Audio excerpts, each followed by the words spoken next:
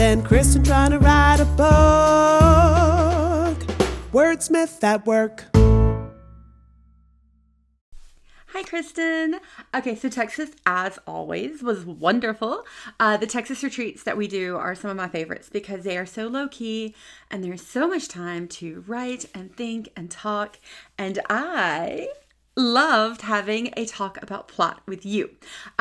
So when we left off last, we had come up with our list of tropes and things that we like. And then what has not made it into film is that we kind of came up with an idea together, sort of harebrained, where I had an idea for time travel and you had an idea for time travel, and we've kind of mushed it together for the beginning of a premise. I think we have a really good setup for a time travel romance novel, and I think we have some good ideas, but we're still missing like the end piece, because one of the best things about time travel that you and I both love, like in 12 Monkeys and things like that, is like the twist that comes from time travel being an element of the story.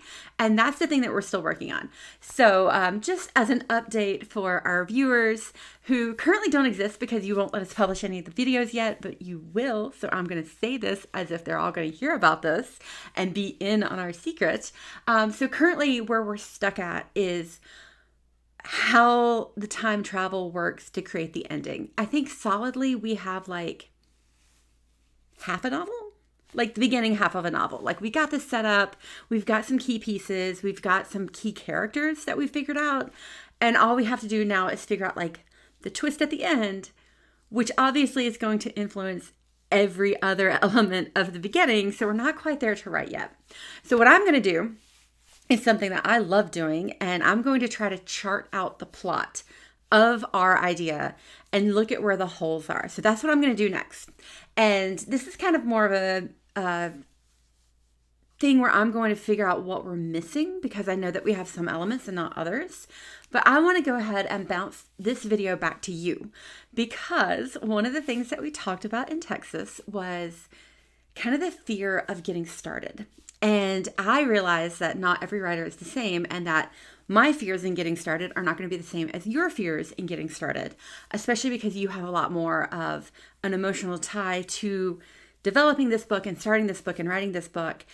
So I wanted to bounce that back to you. But first I'm going to say like what I'm afraid of when I get started. And typically when I start a novel, like brand new, there's no sequel, there's not even a publisher attached, because I have written novels where like the publisher's waiting for me and they kind of know my basic idea. Those are all different kinds of fears. The actual fear that I have in starting this specific draft, I think it is those blank spaces, because I don't always start a novel knowing every element of every aspect, but I do almost always start a novel knowing the end. And because this is a time travel novel that I think we are going to be able to develop and make it be a thing, but because of it being a time travel novel and knowing that we want to have a twist at the end, but not knowing what that twist is, I do find that really intimidating. When I wrote my first book that became my first published book, that was not the first book I wrote. I wrote 10 novels before I had any of them published. But Across the Universe was my 11th novel, the first one that was ever published. When I wrote that novel, I knew the twist end. I knew the big reveal, that climactic end that I think was a pretty good twist. Like, I think that was a major selling point of the book, was this twist. And I knew what that twist was when I wrote the book. I actually wrote the book for the twist at the end. Like I had in my head, I was like, oh, well, what if Elder did this thing and that's why this thing happened to Amy? Like, that's where I started with the book, and everything else came after it. The genre, because the twist is reliant upon Amy being cryogenically frozen for the book. So the genre came from that twist. I had only ever written fantasy before, and that was my first science fiction attempt. So the genre came from that attempt. The characters came from that attempt, because I knew I needed both Elder and Amy and Orion to a certain extent to make that twist work. And then from there, the entire plot of the book developed because I knew the end first. So there are a lot of times when I write a book and I don't know every single aspect, especially the middle. The middle's always usually the murky part for me where I don't know what's going to happen, but I always know the end. And so when we started talking about this book, I don't know the end. And that to me is kind of intimidating. And this fear has kind of grown because the more I mull about it and the more I think about it, and the more I send you text at like midnight, I'm like, oh, what if this happened? The more I'm realizing I really don't know how this story will end. But I really, really like the way we have it set up with the characters, and the idea of doing a time travel novel is so exciting to me, especially doing one with you because you are like queen of time travel.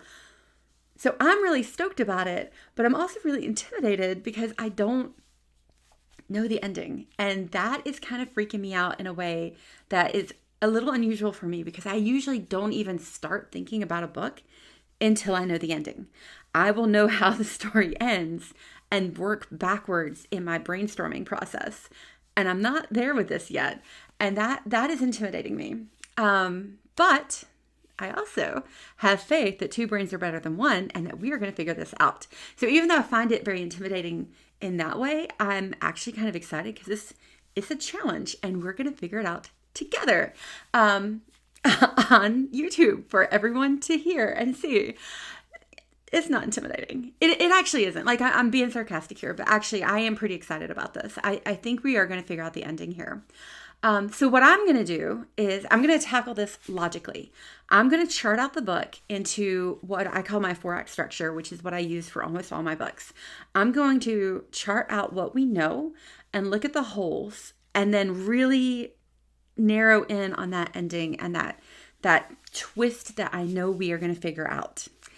But I want you to tell me what your biggest fears are starting out. Like, not just with this book, but kind of jumping back into writing after so long. Like, what are you afraid of?